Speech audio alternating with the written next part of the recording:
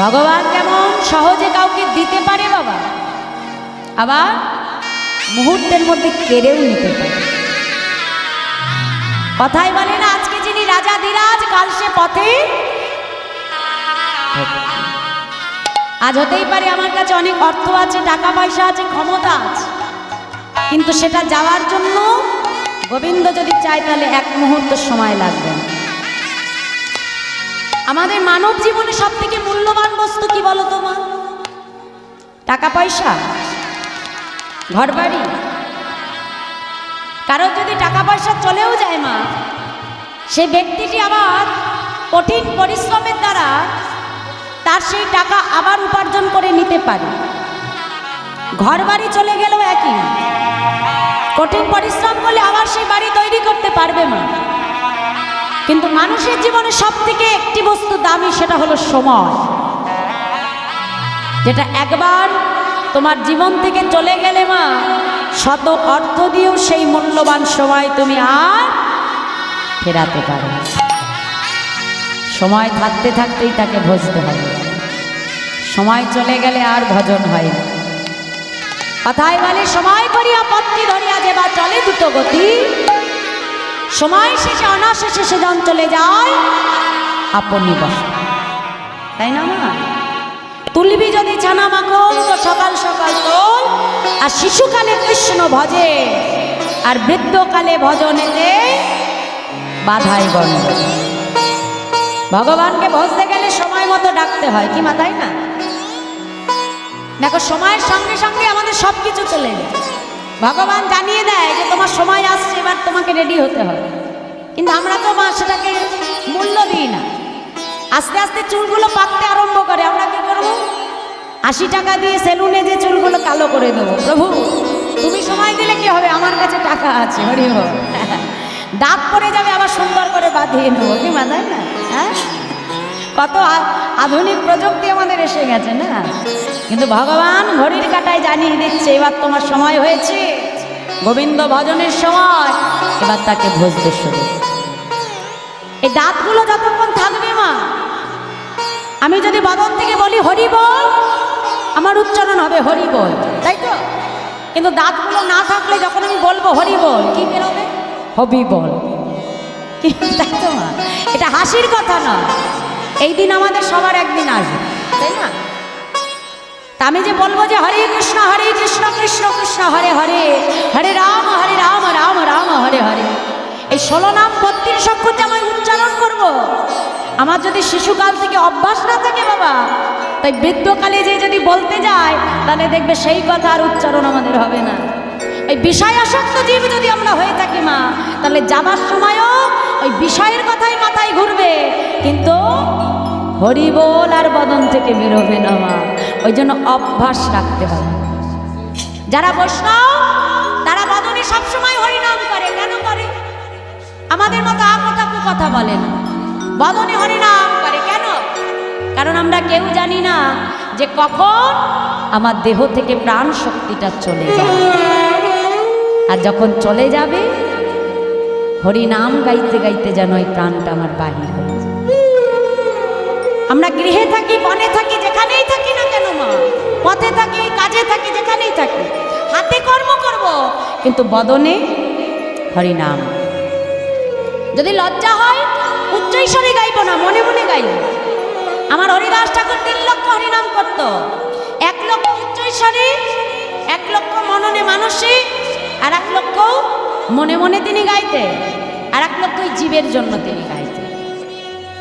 আমরাও গৃহে কর্ম করব, কিন্তু বদনে হরিনাম গাইব।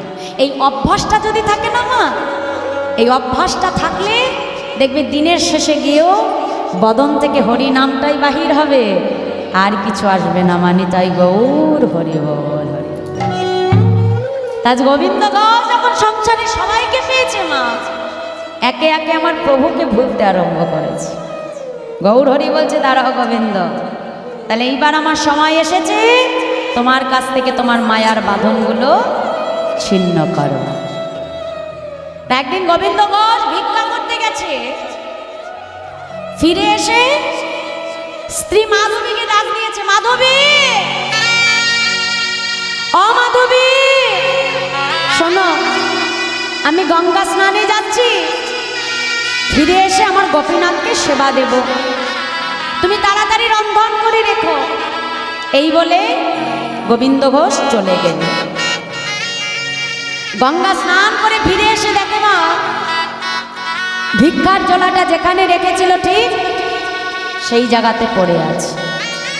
চিৎকার করছে, মাধবী মাধবী মাধবী মাধবী বলে ডাকতে ডাকতে মা যেই না মন্দিরে প্রবেশ করলো, দেখে মাধবী উপুর হয়ে আছে। একে এটা গোপীনাথের সামনে থাকবার সময়, যাও তাড়াতাড়ি রন্ধন করো, আমার যে সেবা দিতে হবে। মাধবী, ও মাধবী মাধবী, এতবার মাধবী মাধবী বলছে কিন্তু মাধবীর কোনো সাড়া নেই। ছুটে গিয়ে যেই না মাধবীর দেহটাকে স্পর্শ করলো, স্পর্শ করবা মাত্রই দেখে মাধবীর অসার দেহখানা পড়ে আছে। চিৎকার করে উঠল, গোপীনাথ গোপীনাথ, তুমি কি করেছো গোপীনাথ? কেন কেন তুমি আমার মাধবীকে কেড়ে নিলে দয়াব? বলো বলো, আমার মাধবী কি অপরাধ করেছিল তোমার চরণে? বলো প্রভু, কেন কেন তুমি আমার মাধবীকে কেড়ে নিলে? পাড়া প্রতিবেশী ছুটতে ছুটতে এসেছে গোবিন্দ। তোমার মাধবী যদি প্রকৃত তোমার হতো, সে কখনো যে তোমায় ছেড়ে চলে যেতে পারত না গোবিন্দ। শুনে রাখো, এই সংসার মাঝে যে কেউ কারো নয় গোবিন্দ, এই সংসার মাঝে আমরা সবাই মা দুদিনের অতিথি। এই সংসার মাঝে আমরা নাট্যমঞ্চে শুধুমাত্র অভিনয় করছি মাত্র না। যার যেদিন অভিনয় ফুরিয়ে যাবে, এই মঞ্চ ছেড়ে আমাদের চলে যেতে হবে। কিন্তু একবারও ভেবে দেখি না মা, এই সংসার মঞ্চে গোবিন্দ আমাদের কেন পাঠিয়েছে? বাবা পাগলা তার খুব সুন্দর একটা গানের ভেতর দিয়ে আমাদেরকে বলে দিয়েছে কেন এসেছি আমরা এই সংসার। কি বলছে? আহা, আজকে তার কথার ভেতরে কত সুন্দর বুঝিয়ে দিচ্ছে। ছলো ছলো নয়নে হাসি মাখা বদনে,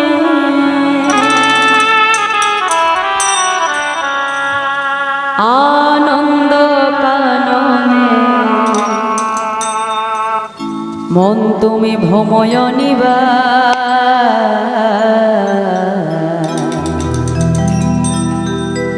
তাহলে ভগবান আমাদের শুধু ভালো খাবো, ভালো পড়বো, ঘুমাবো, ঘোরাঘুরি করবো এর জন্য দিয়ে পাঠায়নি।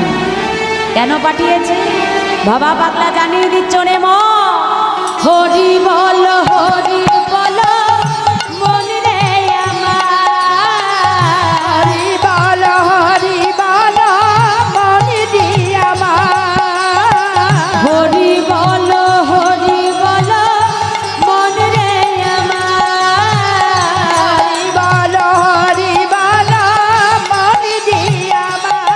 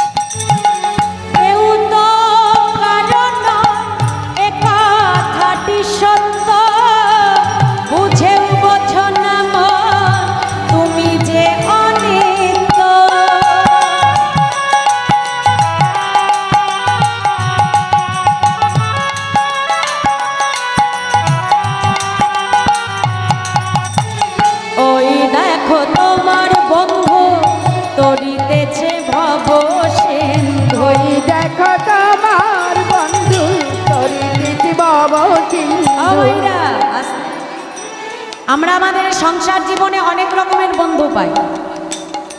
দেখো আমাদের বাল্যবেলার একরকম বন্ধু, যৌবন যখন হয় আরেক বন্ধু, যখন বয়স্ক হই তখন আরেক প্রকার বন্ধু।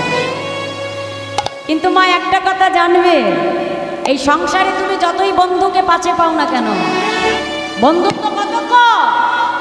যতক্ষণ পকেটে পয়সা থাকবে, আমার ক্ষমতা থাকবে, আমার পাশে অনেক বন্ধু খুঁজে পাবে। যেদিন দেখবে বাবা তোমার এই সংসারকে দেবার মতো কিছু নেই, পাশে তোমার কোনো বান্ধব না। ঠিক মা, এই সংসারেরও একই নিয়ম। যতদিন এই সংসারে কর্ম করে দিতে পারবে, সংসারের জন্য খাটতে পারবে, দেখবে সংসারে তোমার কত মূল্য, তোমাকে সবাই মাথায় তুলে রাখবে। কিন্তু যেদিন দেখবে তোমার কাছ থেকে সব পাওয়া হয়ে গেল, দেখবে সংসারের মূল্যটা তোমার কোথায় চলে যায়।